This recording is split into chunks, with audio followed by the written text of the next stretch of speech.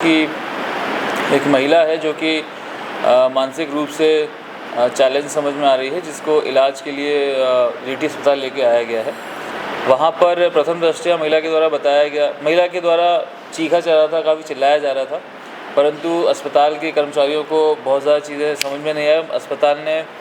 Mentally challenged होने का diagnosis बनाया था, जिसके पश्चात में रीठी पुलिस के द्वारा उस मेंटली चैलेंज महिला के परिवारजनों को ढूंढने का प्रयास किया गया और उसके भाई को ढूंढ करके उन्हें सुपुर्द किया गया, जिसके पश्चात उस महिला को उनके भाई के द्वारा दिल्ली ले जाया गया था। दिल्ली जाने के पश्चात में वहाँ पर जब उनका इलाज हुआ, इलाज के पश्चात में दिल्ली पुलिस के माध्यम से सूचना प्राप्त हुई कि वो जो महिला थी जिसे यहाँ पर मेंटली चैलेंज बताया गया था, उसके साथ में कटनी के पास रीठी के जंगलों में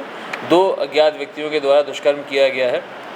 जिसकी तस्दीक करने पर ये बात सामने आई कि वो महिला जो कि दिल्ली की रहने वाली है, 14 जून को ट्रेन के माध्यम से निज़ामुद्दीन रेलवे स्टेशन पर चढ़ी थी और छत्तीसगढ़ जा रही थी। पानी लेने के लिए वो कटनी रेलवे स्टेशन में उतरी थी।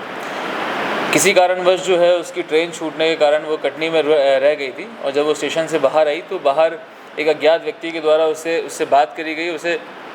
बहला फुसला करके उसकी मानसिक स्थिति का फ़ायदा उठा करके उसे मंदिर ले जाने का बहाना बताया गया और उसे ऑटो में बैठा करके ले जाया गया, जिसके पश्चात में उसे रीठी के जंगलों में ले जा करके बारी बारी उसके साथ में दुष्कर्म किया गया। जब ये सूचना 15 जुलाई को प्राप्त हुई, 0 पे FIR कायम की गई। इसके पश्चात में इस पूरे प्रकरण की इन्वेस्टिगेशन चालू करी गई। चूँकि ये इन्वेस्टिगेशन लगभग 1 महीने बाद स्टार्ट करी गई, जिसके लिए जो जितने भी टेक्निकल साक्ष्य होते हैं, चाहे वो CCTV फुटेज हो या कई अन्य प्रकार की जानकारियां हों, वो समय बीत जाने के कारण में नहीं मिल पा रही थी, जिस कारण से इस घटना को खोल पाना, इस घटना के असल आरोपियों तक पहुंच पाना एक चुनौतीपूर्ण टास्क बन चुका था। इसमें महिला की जब डिटेल में बयान लिए गए, जब पूछा गया कि घटना एग्जैक्टली क्या हुई है और किस प्रकार से हुई है, कहाँ पे किस समय हुई है, वो सब पता करने के बाद में बात सामने आई कि संभवतः एक इलेक्ट्रिक ऑटो होते हैं, उसमें महिला को ले जाया गया था, जिसके माध्यम से जब फुटेज चेक करने का प्रयास किया गया तो फुटेज कहीं पर भी प्राप्त नहीं हुए।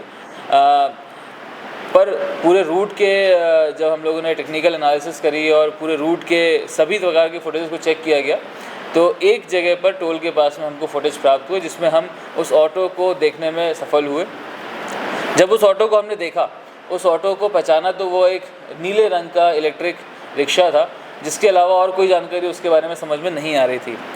महिला के पास भी 2 अज्ञात व्यक्तियों की कोई भी जानकारी ना होने के कारण में सभी प्रकार के टेक्निकल एनालिसिस किए गए और ये देखा गया काफ़ी मेहनत के बाद में कि जितने भी कटनी में ऐसे नीले ऑटो चलते हैं, वो उनके ओनर्स कौन कौन हैं, उनको तस्दीक कराया गया। और उस ऑटो की एक ख़ास बात थी जिसके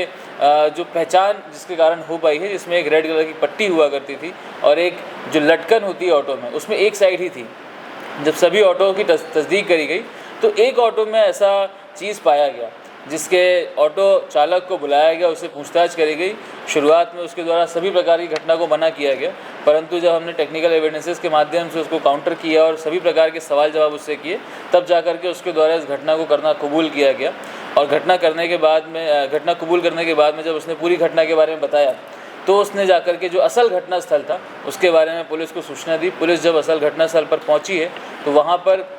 जो महिला के द्वारा बताया हुआ गया था कि उसकी चप्पल, उसके चश्मे और अन्य चीज़ जो है उसे नहीं मिल रही है, तो उस घटना स्थल पर बरामद हुए, जिसके बाद में ये घटना का खुलासा हो पाया। उस आरोपी को हमने गिरफ्तार किया है और सभी प्रकार के जो टेक्निकल साक्ष्य हैं उसको इकट्ठा किया गया है। इस घटना में उसके साथ में एक अन्य आरोपी था, जिसके बारे में जो करंट आरोपी है उसे जानकारी नहीं है, उसने कुछ हुलिया उसका बताया है, इसकी तलाश पुलिस लगातार कर रही है। इस प्रकार से एक बहुत ही चुनौतीपूर्ण मामले में रीठी पुलिस की बहुत ही महत्वपूर्ण और सराहनीय भूमिका के पश्चात में इस प्रकरण को खुलासा करने में हम सफल हुए हैं और इस प्रकरण में आरोपी को गिरफ्तार किया गया है, उसे वैधानिक कार्रवाई करके जेल पहुँचाया गया।